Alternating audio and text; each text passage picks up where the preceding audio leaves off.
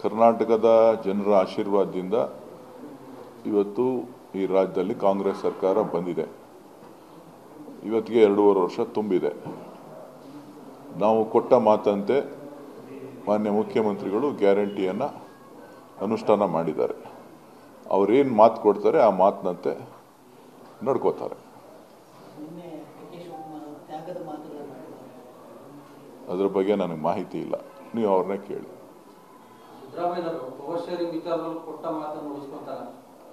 ಅದು ನನಗೆ ಗೊತ್ತಿಲ್ಲದೆ ಇರೋ ವಿಚಾರ. ಈಗ ಆಲ್ರೆಡಿ ಅವರು ಮುಖ್ಯಮಂತ್ರಿ ಆಗಿದ್ದಾರೆ. ಸೊ ಏನಿದ್ರು ಕೂಡ ಅದು ಪಕ್ಷದ ವರಿಷ್ಠರು ಮತ್ತು ಮುಖ್ಯಮಂತ್ರಿಗಳು ಮತ್ತು ಉಪಮುಖ್ಯಮಂತ್ರಿಗಳ ಜೊತೆ ಅದನ್ನು ಚರ್ಚೆ ಮಾಡ್ತಾರೆ. ನನಗೆ ಗೊತ್ತಿಲ್ಲ. ನೀವು ತೋರಿಸ್ತಾ ಇದ್ದೀರಾ, ನಾವು ನೋಡ್ತಾ ಇದ್ದೀವಿ ಅಷ್ಟೇ.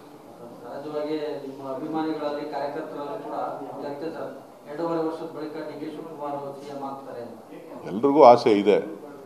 ಅವರವರ ಅಭಿಮಾನಿಗಳು ಪೂಜೆ ಮಾಡ್ತಾ ಇರ್ತಾರೆ, ಹೇಳ್ತಾ ಇರ್ತಾರೆ, ಅವ್ರಿಗೇನು ಬೇಕೋ ಮಾಡ್ತಾ ಇರ್ತಾರೆ.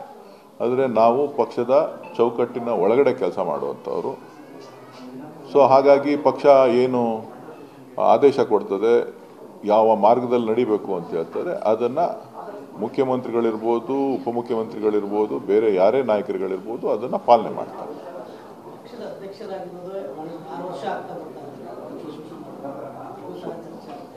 ಅಲ್ಲ, ಅವರು ಪಕ್ಷದ ಅಧ್ಯಕ್ಷರಾಗಿದ್ದಾರೆ, ಕೆಲಸ ಮಾಡ್ತಾ ಇದ್ದಾರೆ.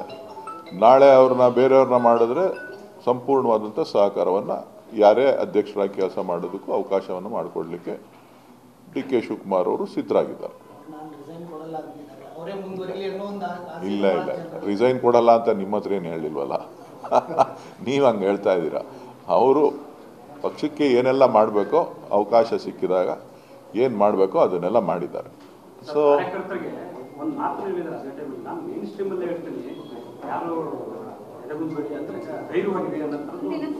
ಯಾವಾಗ ಈಗ ಒಬ್ಬೊಬ್ಬರು ಒಂದೊಂದು ವ್ಯಾಖ್ಯಾನಗಳನ್ನು ಮಾಡ್ತಾ ಇರ್ತಾರೆ. ಕಾರ್ಯಕರ್ತರುಗಳನ್ನು ಕುಪ್ಸೋ ಮಾತುಗಳನ್ನು ಕೆಲವರು ಆಡ್ತಾ ಇರ್ತಾರೆ. ಸೊ ಹಾಗಾಗಿ ಕಾರ್ಯಕರ್ತರುಗಳಿಗೆ ಆತ್ಮಸ್ಥೈರ್ಯ ತುಂಬುವಂಥದ್ದು ಪಕ್ಷದ ಜವಾಬ್ದಾರಿ, ಅಧ್ಯಕ್ಷರ ಜವಾಬ್ದಾರಿ. ಹಾಗಾಗಿ ಅವರು ಆ ಮಾತನ್ನ ಹೇಳಿದ್ದಾರೆ. ಸಹಜವಾಗಿ ಒಂದು ದಾಖಲೆ ಅಂದ್ರೆ ಏನೇ ಮಾಡಿದ್ರು ನಾವು ದಾಖಲೆ ಮಾಡಬೇಕು ಅಂತ ಇರುತ್ತೆ. ಸೊ ಡಿ.ಕೆ. ಶಿವಕುಮಾರ್ ಅವರು 8 ವರ್ಷ 8.5 ವರ್ಷ ಅನ್ನುವಂತಹದ್ದು ಮಾಡಲಿ ಅನ್ನುವಂತಹದ್ದು ಕೂಡ ಇಲ್ಲ ಇಲ್ಲ, ಆ ಥರ ಏನಿಲ್ಲ. ಡಿ.ಕೆ. ಶಿವಕುಮಾರ್ ಅವ್ರ ಕನಸು ದಾಖಲೆ ಮಾಡಬೇಕು ಅನ್ನೋದು ಯಾವುದೂ ಇಲ್ಲ. ಗೊತ್ತಾಯ್ತಲ್ಲ. ನಾವು ಕೊಟ್ಟ ಮಾತಂತೆ ಯಾವತ್ತೂ ಕೂಡ ರಾಜಕಾರಣದಲ್ಲಿ ಶಾಶ್ವತವಾಗಿ ಉಳಿಬೇಕು ಅಂತ ಅಂದರೆ ಯಾರೇ ಆದರೂ ಕೂಡ ನಾವೇನು ಜನರಿಗಾಗಲಿ ಬೇರೆ ಯಾರಿಗೆ ಮಾತು ಕೊಟ್ಟರೆ ಆ ಮಾತಿನಂತೆ ನಡ್ಕೋಬೇಕು. ಸೊ ಅದು ಮುಖ್ಯ ಆಗ್ತದೆ ಹೊರತು ಅವರು ಶಾಶ್ವತವಾಗಿ ನಾಯಕರಾಗಿ ಉಳಿತಾರೆ. ಈಗ ಇಂದಿರಾ ಗಾಂಧಿ ಅವರಿರ್ಬೋದು, ರಾಜೀವ್ ಗಾಂಧಿ ಅವರಿರ್ಬೋದು, ಶ್ರೀಮತಿ ಸೋನಿಯಾ ಗಾಂಧಿ ಅವರಿರ್ಬೋದು, ಇಲ್ಲಿ ನಮ್ಮಲ್ಲಿ ದೇವರಾಜ ಅರಸು ಅವರಿದ್ದರು, ನಿಜಲಿಂಗಪ್ಪನವರಿದ್ದರು, ಎಸ್ ಎಂ ಕೃಷ್ಣ ಅವರ ಆಡಳಿತ ನಡೆಸಿದ್ರು. ಎಲ್ಲರೂ ಕೂಡ ಹೈಕಮಾಂಡ್ನ ಅಣತಿಯಂತೆ ಕೆಲಸ ಮಾಡಿದ್ದಾರೆ.